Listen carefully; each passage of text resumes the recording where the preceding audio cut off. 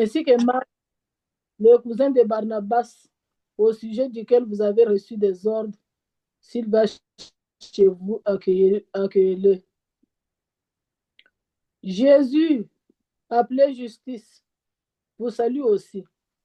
Ils sont du nombre des circoncis et le seul qui ait travaillé avec moi pour le royaume de Dieu et qui ait été pour moi une consolation.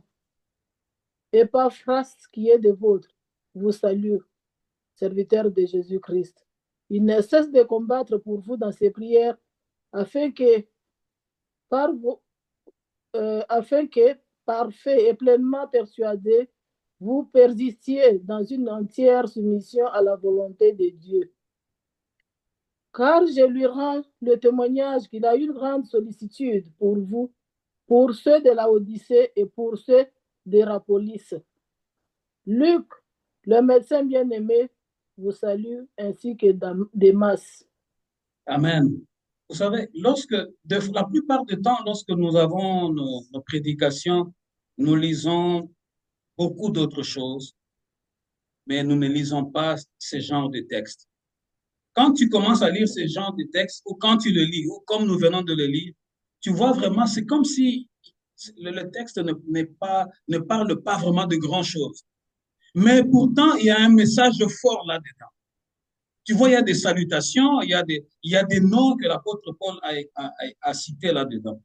La Bible dit, Tichique, notre cher ami et notre frère, qui est un serviteur fidèle. Vous voyez déjà, il commence là. Tichique, notre cher ami et notre frère, qui est un serviteur fidèle et notre collaborateur. Vous voyez, c'est là qu'on a tiré notre thème. Et notre collaborateur dans l'œuvre du Seigneur vous mettra au courant de tout ce qui me concerne. Verset 8. Je l'envoie exprès chez vous pour qu'il vous donne de mes nouvelles et qu'ainsi il vous encourage. Verset 9. J'envoie avec lui Onésime, notre cher frère et fidèle. Vous voyez, il cite encore, il prononce encore le mot fidèle. J'envoie avec lui Onésime, notre cher et fidèle frère, qui est l'un de vôtres. Ils vous mettront au courant de tout ce qui se passe ici. Verset 10. Vous avez les salutations d'Aristarque, mon compagnon de prison, et du cousin de Barnabas, Marc, au sujet duquel vous avez reçu mes instructions. S'il vient vous voir, faites-lui bon accueil. Verset 11. Jésus, encore appelé Justus, vous salue également. Ces hommes sont les seuls croyants d'origine juive qui travaillent avec moi. Vous voyez, là, c'est la collaboration. Il veut parler de la collaboration. Quand il cite le nom de Jésus appelé Justus, il dit, ces hommes sont les seuls croyants d'origine juive qui travaillent avec moi, c'est-à-dire qui collaborent avec moi pour le royaume de Dieu. Ils ont été pour moi un encouragement. Verset 12. Épaphras, qui est aussi l'un de vôtres, vous envoie également ces salutations, en serviteur de Jésus-Christ. Quand il parle d'Épaphras, vous voyez que Épaphras aussi, c'est l'un des collaborateurs dans l'œuvre du Seigneur. Il combat sans cesse pour vous dans ses prières, pour que vous teniez bon. Peuple de Dieu, nous devons combattre pour les autres dans nos prières. Et je bénis les mamans 100% Jésus, elles se reconnaissent elles-mêmes. Nous avons dans notre assemblée une équipe de mamans 100% pour Jésus. Elles se réunissent chaque jeudi, elles se connaissent elles-mêmes. Je ne peux même pas citer les noms parce qu'elles travaillent dans l'ombre. Elles combattent pour les autres dans leurs prières. Elles sont là chaque jeudi. Les mamans 100%, elles se connaissent.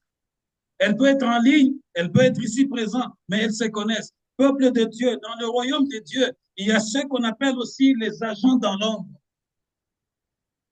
Ne sois pas seulement une chrétienne du dimanche ou une chrétienne de circonstance. Lorsqu'il y a la Pâque, tu dis, moi et mes enfants, nous allons tous nous brancher. Lorsqu'il y a ceci, nous allons être là. Non, sois une chrétienne, sois un chrétien qui est engagé dans un service. Comme les mamans 100% pour Jésus, elles sont là, elles brillent, mais elles brillent dans l'ombre sans que vous puissiez le savoir. Elles combattent dans la prière pour l'Église et pour vos familles. Elles sont là. Celle qui sera intéressée, elle pourra appeler maman pasteur. Il dit, je lui rends ce témoignage. Il se dépense beaucoup pour vous, ainsi que pour ceux de la Odyssée et de Hiérapolis. Verset 14. Notre cher ami Luc, écoute comment il est en train de citer tout ce nom. Il dit, notre cher ami Luc, le médecin. Vous voyez, c'était un homme de grande valeur, Luc. Il était médecin, mais il était aussi collaborateur dans l'œuvre du Seigneur. Notre cher ami Luc, le médecin, et Démas vous salue. Je m'arrête là. Peuple de Dieu, cette lettre aux Colossiens, ou cette lettre à l'église de Colosse.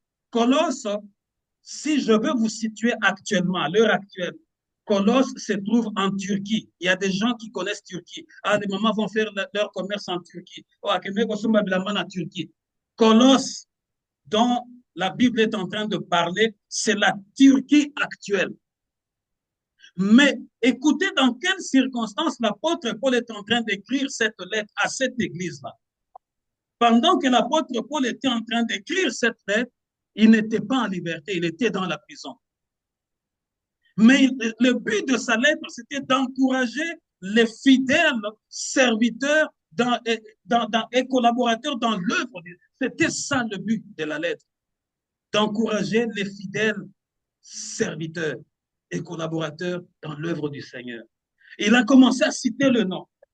Il dit, lorsque Tychik, le fidèle, lorsque Tychik, un serviteur fidèle et notre collaborateur dans l'œuvre du Seigneur, vous mettra au courant de tout ce qui me concerne. Lorsque Tychik arrivera là où vous êtes, vous qui êtes en liberté, Tychik, sachez ceci, Paul est en train de le décrire comme un serviteur fidèle. Non seulement fidèle, mais collaborateur dans l'œuvre du Seigneur. Nous allons comprendre ce que ce message veut que nous puissions comprendre et saisir aujourd'hui pour la vie. Parce que nous ne sommes pas sur la terre seulement pour embêter Dieu avec nos prières. Seigneur, donne-moi ceci. Seigneur, donne-moi la maison. Seigneur, que mes affaires prospèrent. Seigneur, mais quelle est ta position vis-à-vis de ces dieux-là? Quelle est ta position, peuple de Dieu, bien-aimé dans les Seigneurs? Quelle est ta position? Je venais de parler des mamans 100% pour Jésus qui se réunissent dans l'ombre pour prier pour la mission, l'œuvre du Seigneur. Et elles combattent avec leurs prières, avec leurs genoux pour plusieurs. Tychik, fidèle serviteur et collaborateur, il vous mettra au courant de tout ce qui m'est arrivé ici. Il a cité plusieurs noms, mais vous devez savoir que cette église de Colosse n'a pas été fondée par l'apôtre Paul. Cette église a été fondée par Epaphras, un des collaborateurs aussi. C'est Epaphras qui a eu à fonder cette église. Vous voyez, je vous ai toujours dit que l'église n'est pas l'église du pasteur. C'est l'œuvre de Jésus-Christ, c'est l'œuvre de notre Dieu. Chacun d'entre nous doit y mettre du sien. Paul est en train d'écrire, mais qui a commencé l'église? C'est Epaphras. Et au milieu de cette assemblée, il a cité plusieurs noms de serviteurs. Il dit, j'envoie avec lui Onésime, notre cher fidèle frère, qui est l'un de vôtres. Ils vous mettront au courant de tout ce qui se passe ici. Il dit, lorsqu'ils arriveront avec Onésime, ils vont vous dire tout ce qui se passe ici, ou en prison, là où je suis. Je suis en captivité, mais l'évangile n'est pas captif. Est-ce que je parle à quelqu'un aujourd'hui? Parce que la Bible dit, l'apôtre Paul dit, l'évangile est la puissance de Dieu pour le salut de quiconque croit. C'est-à-dire que même si toi tu es occupé, ou soit toi tu es en ce moment-là, le jour de jeudi, quand les mamans à 100% prient, à n'importe quel lieu où tu es, tu dois être capable de te connecter en esprit avec les autres. Mais aujourd'hui, malheureusement, nous nous déconnectons totalement. Nous nous branchons seulement lorsque nous avons un intérêt. Nous venons auprès de Dieu avec notre intérêt. Peuple de Dieu, la Bible dit, ne vous trompez pas. Chacun de nous moissonnera ce qu'il aura semé. Chacun d'entre nous va récolter seulement ce qu'il a semé. Aujourd'hui, tu es en train de s'aimer l'indifférence. Mais le jour viendra, le jour de la distribution de couronnes. Tu verras que les couronnes ne seront jamais les mêmes. Il parle d'Onésime dans cette lettre. Vous avez les salutations d'Aristarque, mon compagnon de prison, et du cousin de Barnabas, Marc, au sujet duquel vous avez reçu mes instructions. S'il vient vous voir, faites-lui bon accueil. Il parle d'accueillir Aristarque, un autre fidèle et collaborateur dans l'œuvre de Dieu. Il dit accueillez-lui avec beaucoup de joie. Jésus, encore appelé Justus, vous salue également. Ces hommes sont les seuls croyants d'origine juive qui travaillent avec moi pour le royaume de Dieu. Ils ont été pour moi un encouragement. Vous savez, dans l'œuvre du Seigneur, nous avons besoin de la collaboration. Nous avons besoin de sentir les gens qui sont impliqués dans l'œuvre. Ça donne l'encouragement. Nous avons besoin des gens qui sont prêts, qui sont prêtes à se jeter dans l'eau, qui s'investissent corps et âme pour l'œuvre du Seigneur et non pour les pasteurs. C'est ce que l'apôtre dit. Ces gens ont été pour moi un encouragement. C'est-à-dire à un certain moment, parce que là, il était en prison. Il avait besoin d'une certaine consolation. Et ces gens-là, lui était en prison. Il partait toujours les visiter. Ils avaient des paroles d'encouragement envers lui. Vous savez, la vocation pastorale, notre vocation en tant que serviteur de Dieu, il y a beaucoup d'ingratitude là-dessus. Les gens auront besoin de toi pour faire la prière. Les gens auront besoin de toi pour apporter l'onction d'huile, pour placer à leur plein qu'ils soient guéris. Les gens auront besoin de toi pour ceci ou pour cela, pour l'intercession. Mais lorsqu'ils sont visités, ils deviennent très occupés. L'apôtre Paul dit, ces gens ici, tout le nom que j'ai cité, qui sont des fidèles et des collaborateurs dans l'œuvre, ils ont été pour moi un grand encouragement. Pourquoi? Parce que dans l'œuvre du Seigneur, chacun d'entre nous a sa pierre là-dedans. Nous sommes en train de bâtir dans le champ de l'Éternel. Et chacun d'entre nous a quelque chose à apporter. Je l'ai toujours dit. Toi, tu parles bien, tu peux dire, moi, comme Maman Julie, quand elle est venue, personne ne lui a demandé, Maman Julie, toi, commence à faire la lecture. Elle est venue, elle a regardé, elle a dit, il y a un poste vide ici, je prends ça. Elle a commencé à lire. Je parlais avec elle, avec Papa Félicien le week-end. Quand je causais avec Papa Félicien, j'étais très content de l'entendre parler. Il dit, je suis toujours là. Donc, il travaille à deux. Pendant que Maman Julie lit, Papa Félicien est à ses côtés pour essayer de la secouer, de la réveiller, pour qu'elle soit toujours là branchée. C'est l'œuvre du Seigneur. Chacun apporte du sien. Nous ne venons pas pour nous concurrencer, parce que chacun de nous, rappelez-vous de la parabole de talent, chacun de nous a un talent que Dieu a donné. Ça dépend du talent que toi tu fais. Qu'est-ce que tu en fais? Tu risques au temps de la fin, au jour du jugement, Dieu va dire, je t'avais donné ce talent-là. Qu'est-ce que tu en as fait? Oh Seigneur, moi j'avais honte. Tu sais que moi j'étais timide. J'ai gardé les talents. Tu seras vomi ce jour-là. Nous avons les talents. Plus tu agis, plus l'Éternel ajoute quelque chose. J'ai toujours dit quand je parle avec mon épouse, maman pasteur, je dis, il y a la part de l'homme, il y a aussi la part de Dieu.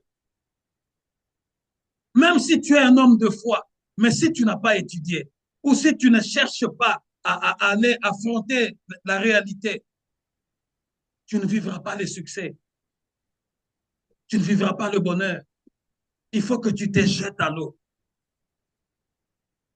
Et quand tu vas te jeter à l'eau, avec cette foi-là, avec cette confiance-là, Dieu va voir que tu t'es jeté à l'eau et lui va amener maintenant son onction là-dessus.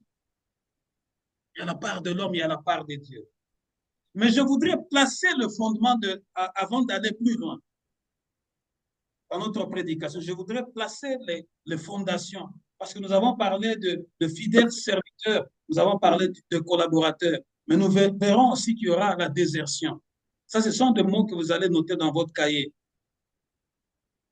D'abord, fidèle. Fidèle, Notez ça dans votre cahier.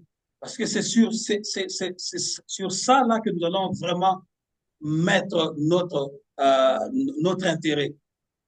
Fidèle, c'est celui qui est constant dans ses engagements. Une personne qui est constante dans ses engagements. C'est-à-dire que lorsque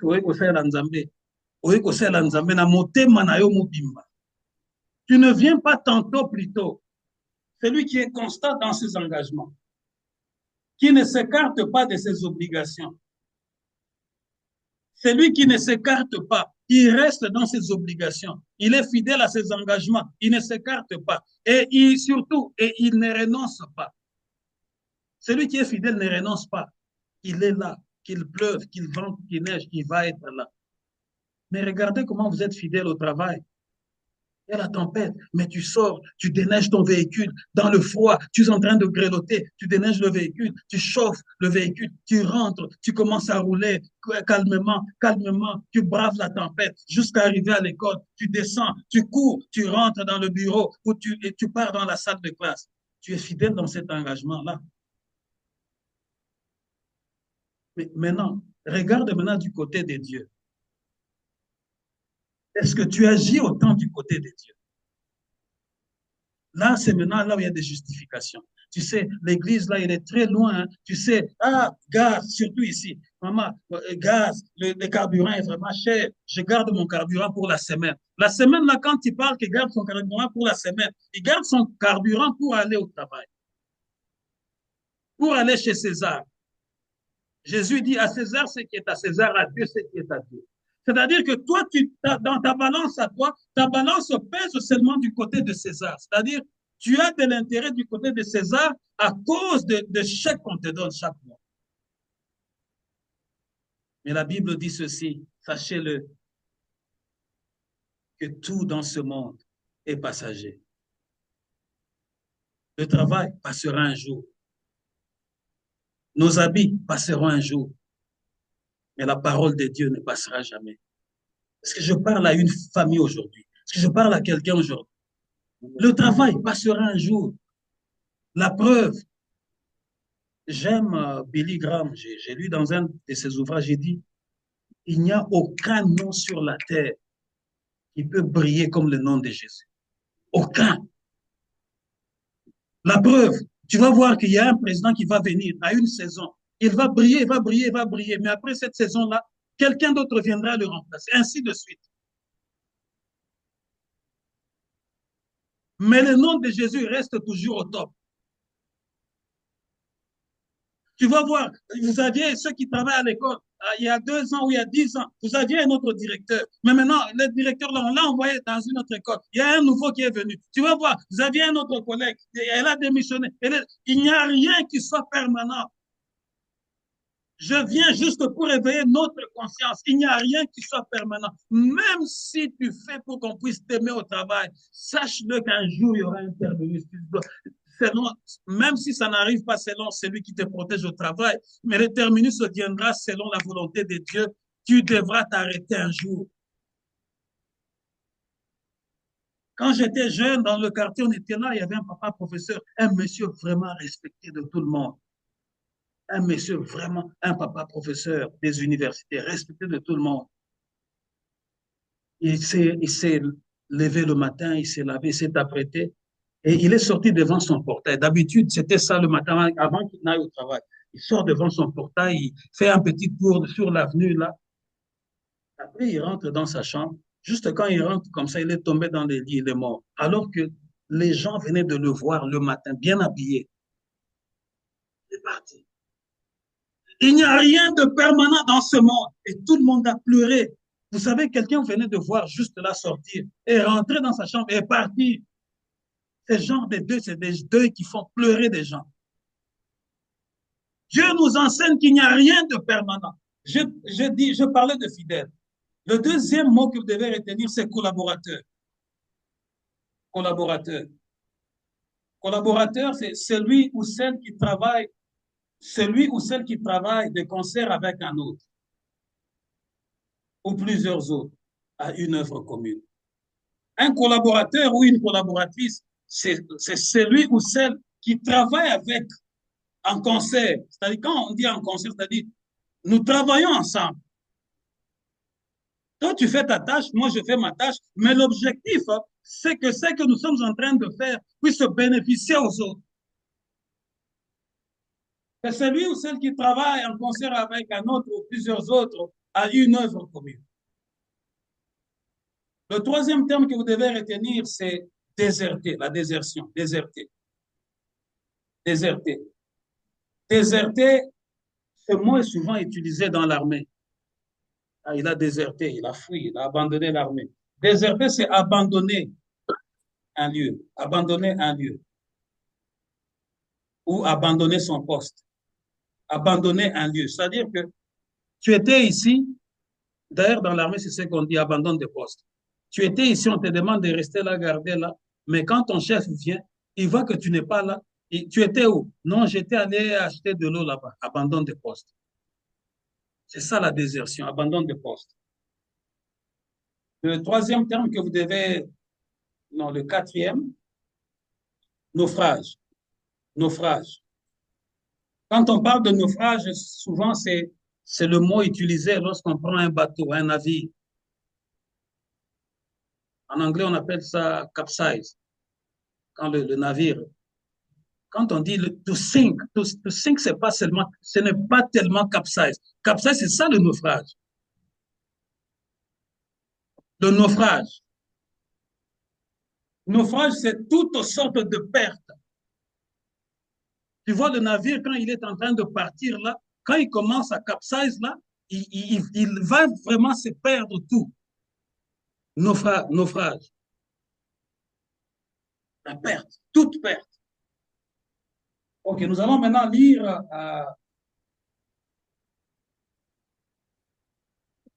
dans le livre de 2 Timothée, chapitre 3, verset 14. 2 Timothée 3, 14.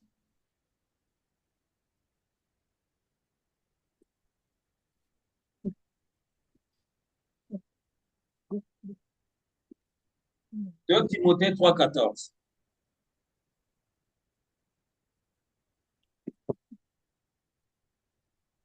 De Timothée 3, 14.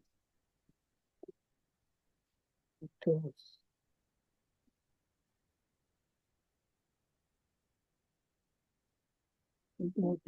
De Timothée 3, 14. Je lis au nom de Jésus-Christ. Toi, demeure dans les choses que tu as apprises et reconnues certaines, sachant de qui tu les as apprises. Amen. Pour toi, reste attaché à tout ce que tu as appris et reçu avec une entière conviction. Tu sais de qui tu l'as appris. L'apôtre Paul est en train maintenant d'encourager son fils dans le Seigneur, Timothée. Il dit, pour toi, reste fidèle ou reste attaché entièrement, c'est-à-dire de tout ton cœur, avec une entière conviction de tout ce que tu as appris. Pourquoi? Parce qu'il sait que Timothée, qui est un collaborateur, il doit demeurer fidèle jusqu'au bout. Il ne doit pas lâcher. Quand je rentre rapidement dans le livre de Colossiens, là où nous étions, Colossiens 4, lisez-moi le verset 14. Colossiens 4, verset 14. Relisez-moi ça. Colossiens 4, 14.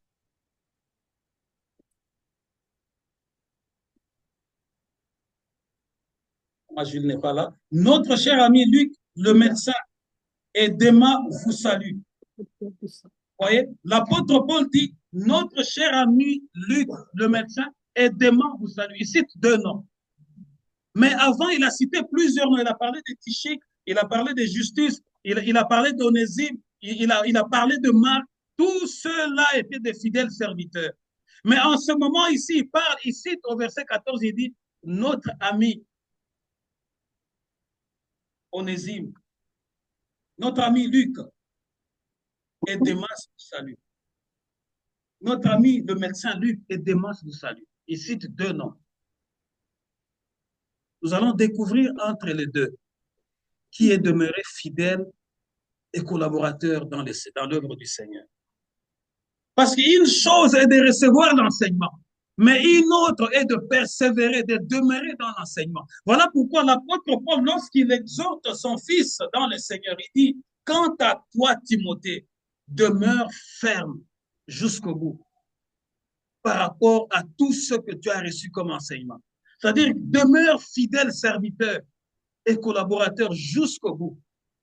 Ne te désengage pas, n'imite pas les autres. Demeure ferme jusqu'au bout. Demeure fidèle jusqu'au bout. Ne te désengage pas. Persévère. 2 Timothée 1, 16 à 18.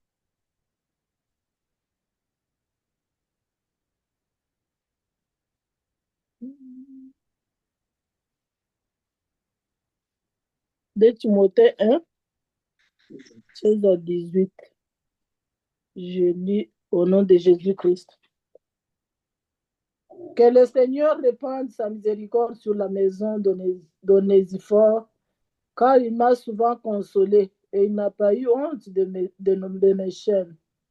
Au contraire, lorsqu'il est venu à Rome, il m'a cherché avec beaucoup d'empressement et il m'a trouvé. Que le Seigneur lui donne d'obtenir miséricorde auprès du Seigneur en ces jours-là. Tu sais mieux que personne combien de services il m'a rendu à Éphèse. Amen.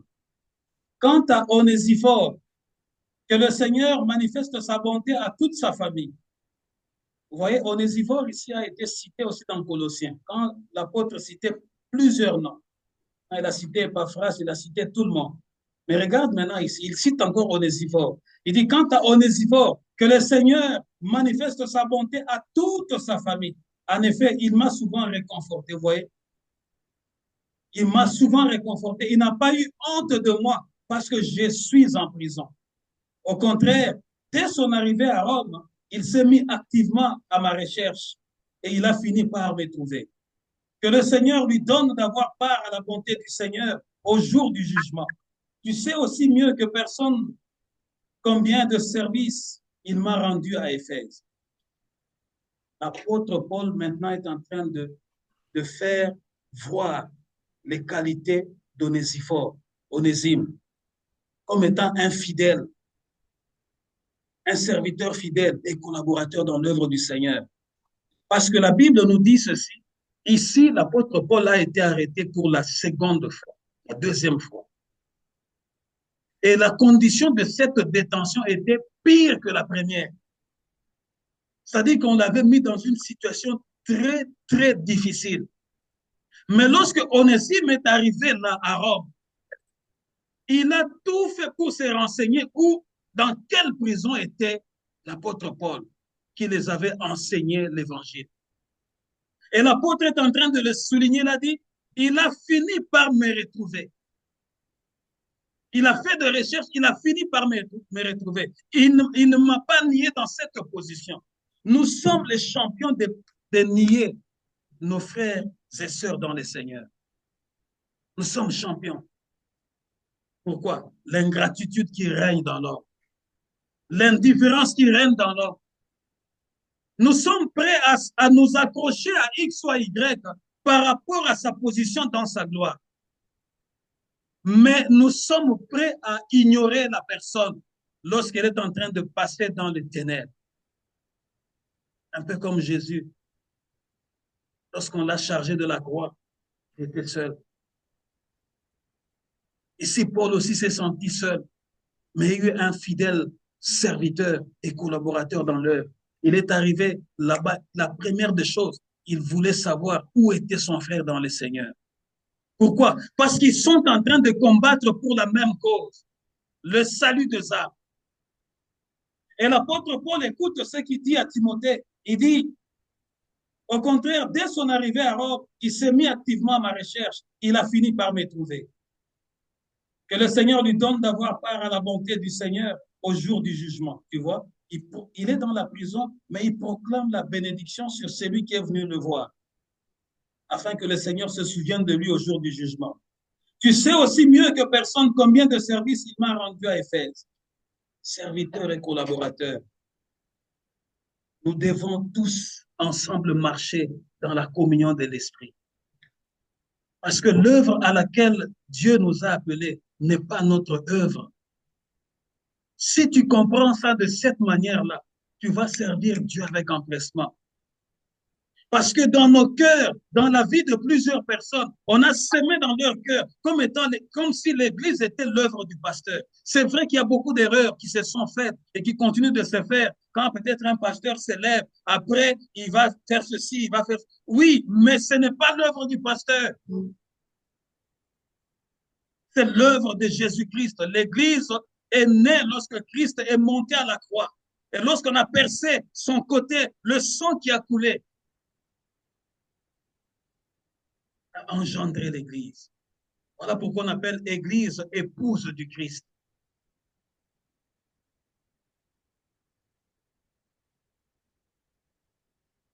Deux Timothée, nous l'avons lu, 1 à 7. Maintenant, lisons 2 Timothée 4, 9 à 10. 2 Timothée 4, 9 à 10. 2 Timothée chapitre 4, verset 9 à 10. 2 Timothée 4, 9 à 10. Je lis au nom de Jésus-Christ. Viens au plus tôt vers moi, car Démas m'a abandonné par amour pour les siècles présents, et il est parti pour Thessalonique. Crescent est allé en Galatie, Tite en Dalmatie. Alors, la Bible nous dit ceci. Lorsque l'apôtre Paul parle à son fils Timothée, il dit « Efforce-toi de venir me rejoindre dès que possible, car Démas m'a abandonné. Il a aimé le monde présent et il est parti. » Démas a déserté. Tu vois? Il a commencé par être fidèle serviteur, il a commencé par être un collaborateur, mais il a fini par déserter. Tu vois là où le message est en train de nous amener? Es-tu dans quelle position aujourd'hui? Tu peux commencer dans la fidélité dans l'œuvre. Tu peux commencer dans la collaboration dans l'œuvre, mais et finir comme Démas. Voilà pourquoi il vaut mieux la fin d'une chose que son commencement. Parce que le zèle du début, lorsque quelqu'un s'est converti, il va où elle va venir avec beaucoup de zèle. Voilà pourquoi l'apôtre Paul, ayant été inspiré par le Saint-Esprit, il a dit à son fils Timothée, n'impose pas rapidement le main aux nouveaux convertis. N'impose pas rapidement le main aux nouveaux convertis pour lui donner une tâche dans l'Église. Parce qu'il faut d'abord qu'il passe par le feu, par l'épreuve, qu'il soit complètement dépouillé du vieil homme, qu'il fasse ses preuves en tant que fidèle serviteur et collaborateur dans l'œuvre du Seigneur. Ne sois pas impressionné par le nouveau converti, parce que lorsqu'ils viennent, ils viennent avec des slogans, ils viennent avec toutes sortes de zèle. Ils vont commencer à encenser le pasteur. Pasteur, toi, tu prêches vraiment bien. Pasteur, vraiment, l'équipe en gros. Pasteur, il ne faut pas le suivre. Parce que lorsque la tempête va venir, c'est la tempête qui va sélectionner qui sont les fidèles serviteurs et collaborateurs dans l'œuvre du Seigneur et les faux. Vous voyez que dans le livre de Colossiens, Démas était dans la compagnie de serviteurs. Là, tout était encore bon. Parce que l'apôtre Paul dit, Luc, mon ami le médecin, vous salue, et Démas aussi. Tout était encore bon. Mais ici, lors de son arrestation, les conditions étaient tellement pires. Démas a choisi de partir. Est-ce que je parle aujourd'hui à quelqu'un qui veut être comme un Démas, qui avait commencé dans la fidélité hier, dans l'œuvre de Dieu, dans la prière, dans l'intercession. Mais aujourd'hui, tellement que ce qu'il attendait, il attendait tellement un gain rapide. Parce qu'il y a des gens qui viennent au Seigneur, ils se sont déjà fixés un agenda. Il s'est dit, d'ici 2025, si je ne vois pas ça, en tout cas, c'est fini avec l'Église. Peuple de Dieu, l'œuvre de Dieu, nous ne venons pas auprès d'un charlatan. Nous venons auprès du Dieu du ciel et de la terre, qui sonde nos cœurs, qui voit le profondeur de nos reins, Avant même que tu puisses parler, Dieu sait que tu as un problème à tel endroit. Dieu sait à quel moment te le donner. C'est comme si tu veux prendre une voiture à grande vitesse et la donner à un enfant de 8 ou 5 ans ou 7 ans. Tu l'envoies aller faire un cache. Tu l'envoies aller se tuer. C'est comme ça aussi avec Dieu. Il regarde la dimension de ta foi. Il regarde la taille de ton endurance. Il regarde ta sagesse dans le Seigneur. Il regarde ta collaboration dans l'œuvre. Il regarde toutes les tempêtes auxquelles tu es passé. Il regarde les épreuves. En ce moment-là, Dieu peut dire, oui, ça, il peut avoir ça. Il aura ça, il ne pourra pas renoncer à me servir.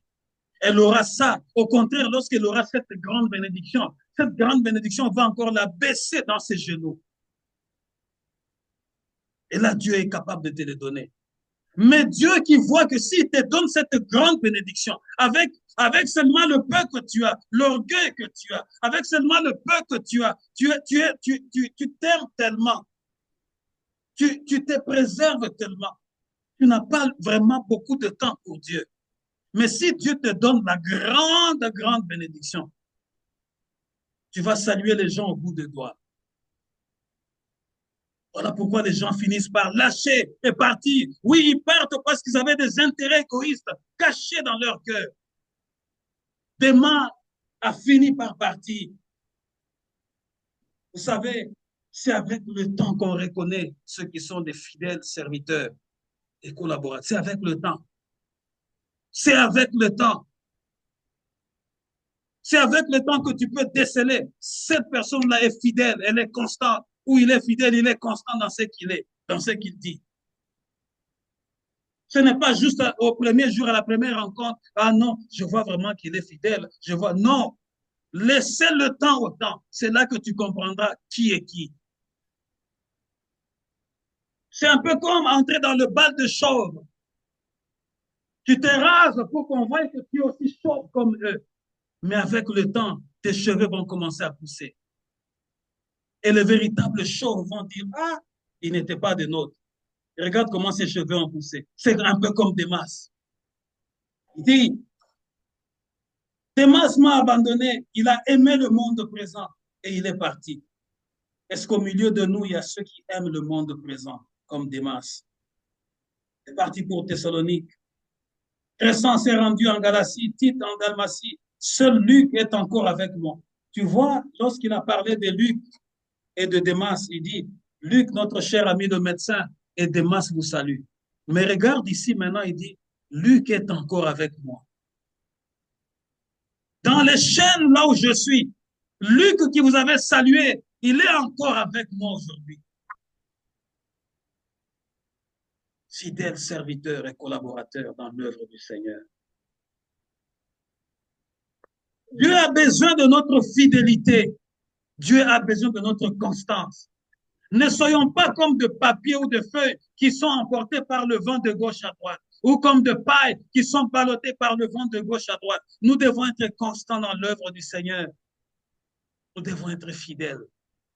Nous devons être de véritables collaborateurs dans l'œuvre de Dieu. Parce que ce que Dieu nous réserve est plus grand que les épreuves que nous voyons aujourd'hui. La gloire que Dieu nous réserve, elle est plus grande que tout ce que nous voyons aujourd'hui. Elle est plus grand, plus grand, plus grand. Aujourd'hui, en Amérique du Nord, il y a un autre genre de chrétiens. Des chrétiens qui sont vraiment relax. Parce que tu parles d'un évangile qui touche à leur vie. Ils vont s'exiler, ils vont aller ailleurs, ils vont chercher ailleurs. Mais nous, on était au pied de serviteurs. Ils t'ont blâmé parfois en public, mais tu étais toujours là. Tu étais toujours là. C'était l'école de la formation. Tu étais toujours là. Mais aujourd'hui, est-ce que nous pouvons trouver de tels enfants à l'église, de telles mamans à l'église, qui peuvent être et à la chorale, et à l'intercession, et au protocole, qui peut être vraiment un élément mobile dans l'œuvre, qui peut marcher avec le serviteur. Vous savez, moi, Je ne savais pas prêcher avant. Mais lorsqu'un papa m'a pris, un serviteur de Dieu, qui vient à mes côtés, je vais t'enseigner toutes choses. Mon premier baptême de feu, il y avait un deuil, un membre de l'église était mort. On part à ce deuil-là. Vous voyez, au Congo, là, avant la levée du corps, il y a plein de gens qui viennent. Mais comme c'est une famille chrétienne, on va dire au pasteur de prier et d'exhorter. Il m'appelle, il dit, Guilain, c'est toi qui vas parler ici. Mon cœur avait explosé. Je n'ai jamais parlé publiquement, mais venir parler devant une grande foule dans le deuil. J'ai obéi parce que c'était mon père. C'est comme ça que on nous a enseigné. Le serviteur, c'est ton père. Je me suis mis là, il m'a donné sa Bible. Je suis allé rapidement, j'ai regardé un verset, je suis venu. Il me dit, Guilain, pour ôter la frousse devant toute cette masse, entonne un chant. J'ai suivi l'instruction qu'il m'a donnée. Quand les gens ont commencé à chanter, directement le Saint-Esprit était là, la peur est partie, j'ai pris le contrôle, j'ai enseigné, j'ai prêché. C'était ma première prédication dans les un deuil. Et finalement, j'étais toujours là, je n'étais pas pasteur, j'étais frère. Il y a eu plusieurs deuils, même là où je travaillais, je me rappelle. Il y a eu plusieurs deuils. Il y a un major qui était à côté là. Son enfant, peut-être de 2 ans, était mort. Il me voit partir au travail, il dit, ingénieur, est-ce que quand on voudra aller enterrer mon enfant, est-ce que tu peux venir prêcher ici? J'ai dit, oui, je vais venir prêcher. Je suis allé là, j'ai prêché. Fidèle serviteur et collaborateur dans le Seigneur. Et quand j'ai commencé à œuvrer dans une autre extension, un jour, un des serviteurs m'a dit, tu sais, jusqu'aujourd'hui, notre père, le pasteur, dit, est-ce que nous aurons encore des jeunes comme Guilain? Je n'avais qu'une paire de chaussures et je dormais là. Comme au milieu de l'église, il y a aussi de lourds ravisseurs. Il y a un chantre qui était au milieu de nous, mais qui était un voleur. Il n'était pas un fidèle serviteur. Il chantait à l'église, mais il était voleur. Parce que de temps en temps, il fallait aller le faire libérer au niveau du commissariat. Il a volé cette paire de chaussures-là que j'avais, la seule paire de chaussures. Mais mon papa, là, le pasteur, il a dit, c'est toi qui vas continuer à modérer devant tout le monde. Je montais devant tout le monde avec mes babouches. Et je modérais sans regarder que je n'avais pas de chaussures. Sans poser aucune condition. Je modérais. Il allait de gauche à droite, j'étais toujours là avec lui. C'est ainsi qu'il m'a enseigné, il m'a enseigné, il m'a enseigné. Et toute l'église a tellement grandi. Les hommes d'argent sont venus.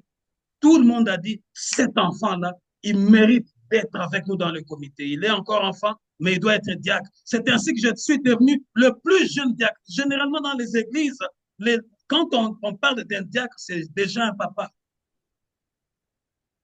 J'étais le plus jeune diacre parce que j'étais un serviteur fidèle et collaborateur dans l'œuvre du Seigneur. Il arrivait qu'il puisse m'engueuler. Non, ça, je ne vais pas.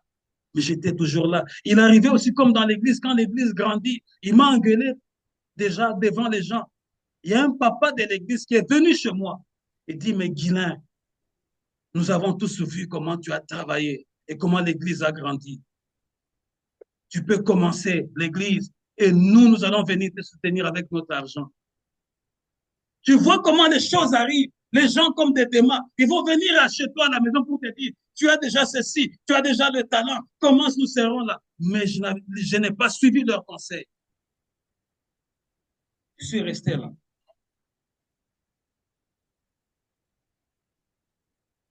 Démon est parti. Il a renoncé à l'essentiel pour aller suivre les plaisirs du monde. Aujourd'hui, chacun d'entre nous, nous avons un choix. Le choix de nous prosterner devant le vrai Dieu et le choix de nous prosterner devant les désirs du monde. Tous les jours de notre vie, chaque jour, chaque matin, nous avons deux choix.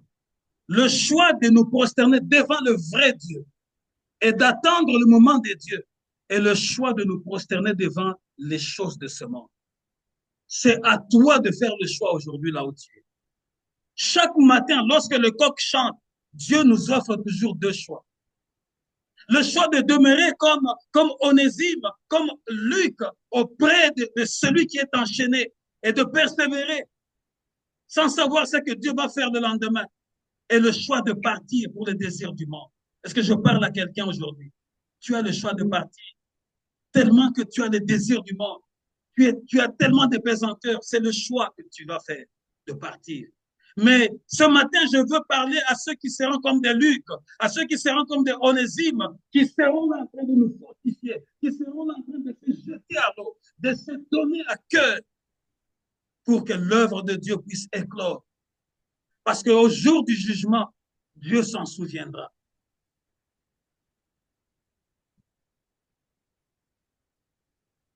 Un Timothée chapitre 1, verset 18 à 20.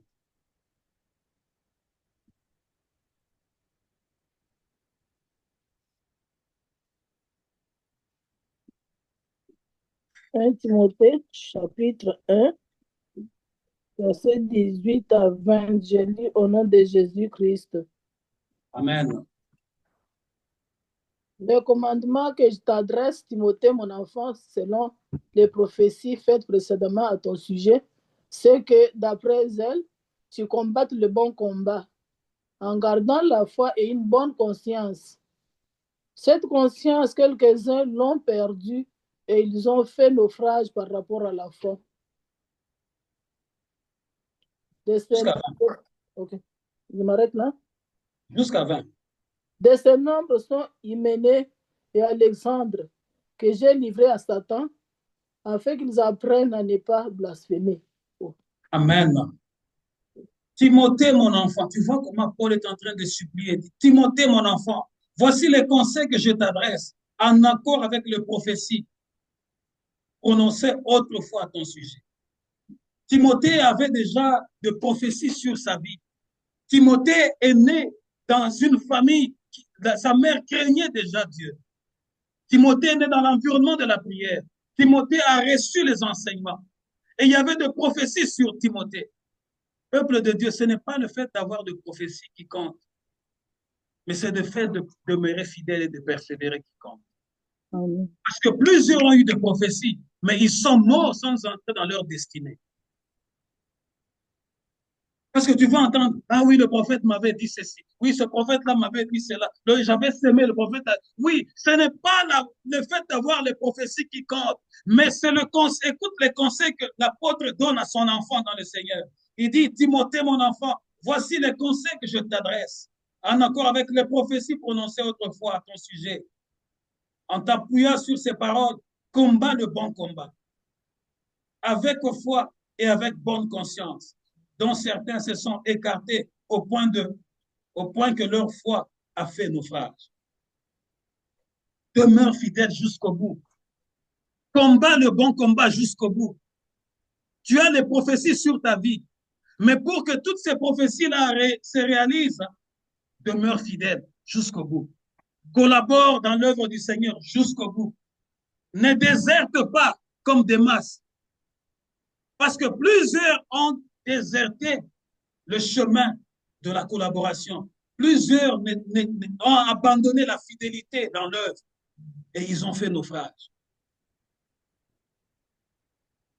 Ils ont fait naufrage dans leur foi. Parmi eux se trouve Hyménée. Il a cité Hyménée, il a cité Alexandre, que j'ai livré à Satan pour qu'ils apprennent à ne plus blasphémer.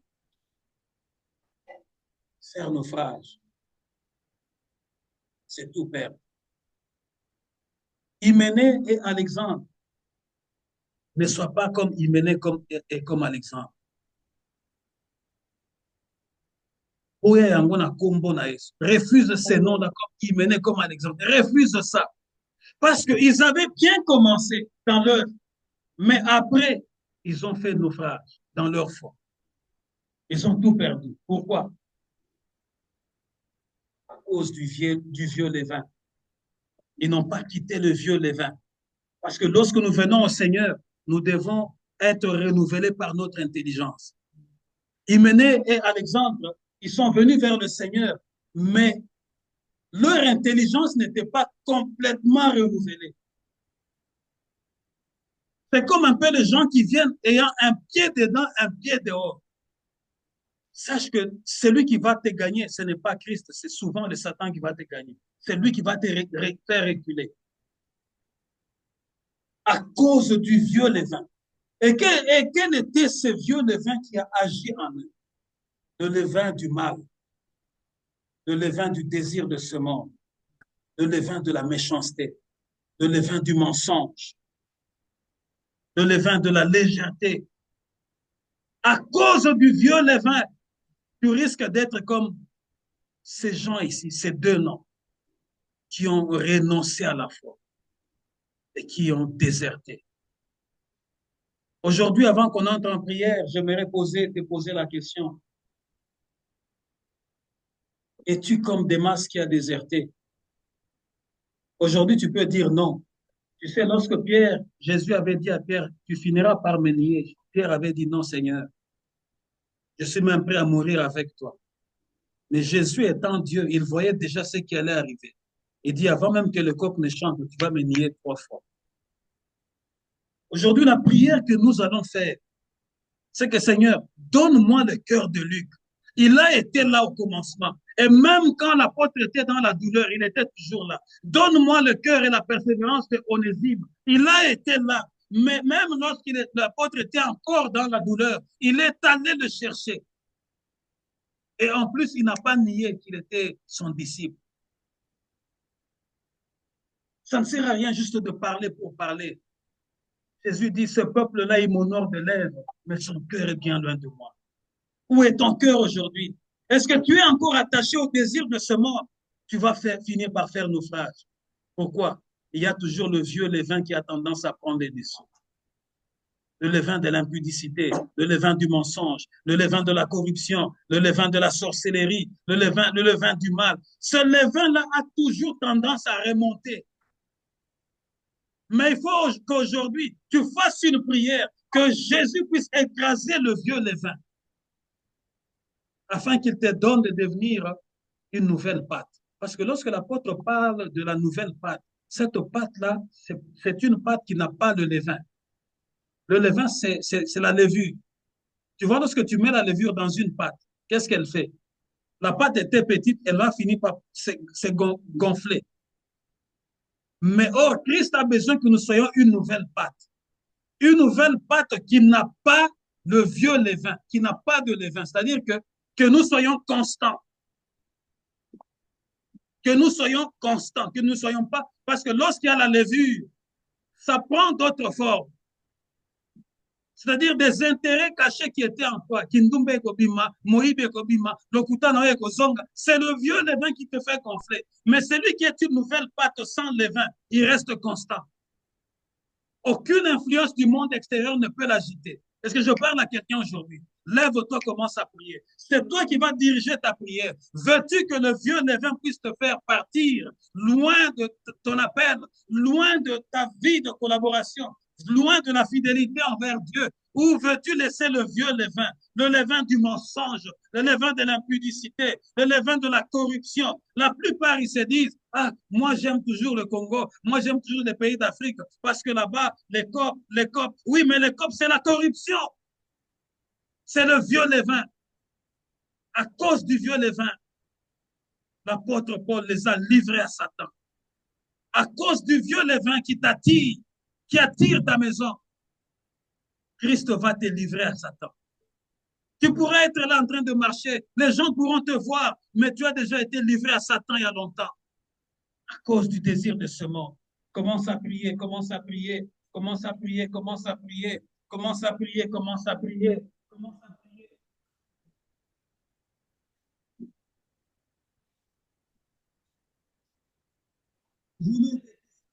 Ce qui en toi voulait t'amener dans la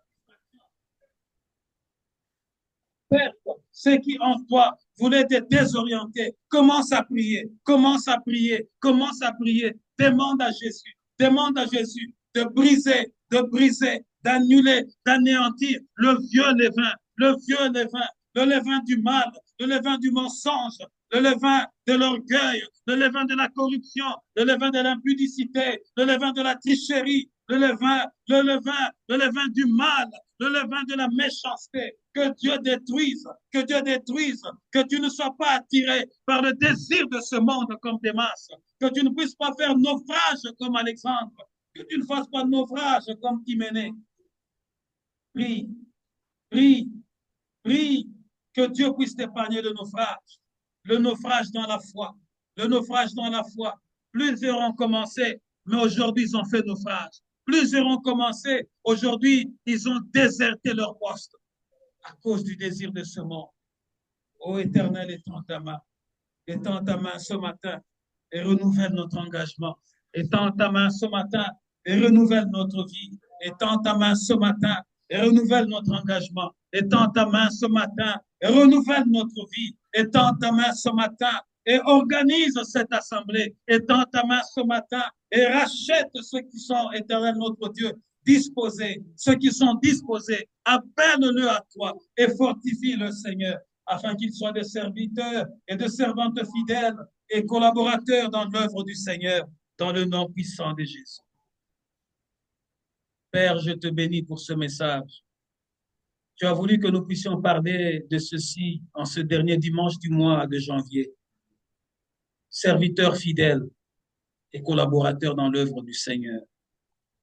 Seigneur, notre Dieu, chacun de nous pourrait se poser cette question dans son intimité, en se disant, suis-je un serviteur fidèle? Suis-je une servante fidèle? Suis-je un collaborateur dans l'œuvre du Seigneur? Suis-je une collaboratrice dans l'œuvre du Seigneur? Seigneur, plusieurs sont en train de relâcher comme Démas. Il avait bien commencé, mais à cause des désirs de ce monde, il est parti. Seigneur, le monde offre plusieurs désirs. Ce monde brille, Seigneur, tellement que les faibles, Seigneur, tombent et succombent. Alexandre et Hyménée, ils ont fini par faire naufrage dans leur foi. Seigneur, au milieu de nous, il y a des gens qui ont espéré, qui se sont donnés Seigneur, de target. Peut-être qu'ils n'ont rien vu jusqu'à ce jour. Et ils ont fait naufrage. Ils ont fait naufrage, Seigneur. Ils ont lâché, ils ont abandonné. Je prie, Seigneur, que tu étendes ta main. Je prie, Seigneur, notre Dieu, que le vieux levain ne triomphe pas. Je prie qu'il y ait une nouvelle pâte. Une nouvelle pâte qui n'aura aucune influence du vieux levain. Seigneur, je prie que cette assemblée soit une assemblée de servantes et de serviteurs, fidèles et collaborateurs, qui n'auront pas à nier ni à renier un seul instant, quel que soit le temps d'épreuve, quel que soit ce que nous n'avons encore rien vu, que nous puissions demeurer là à tes pieds. Je bénis toutes les familles qui viennent. Je bénis tout le cœur disposé. Je bénis tous ceux qui soutiennent cette œuvre, Seigneur, par leur argent.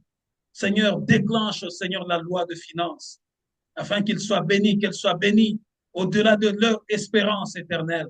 Agis au nom de Jésus. Nous avons ainsi prié. Amen.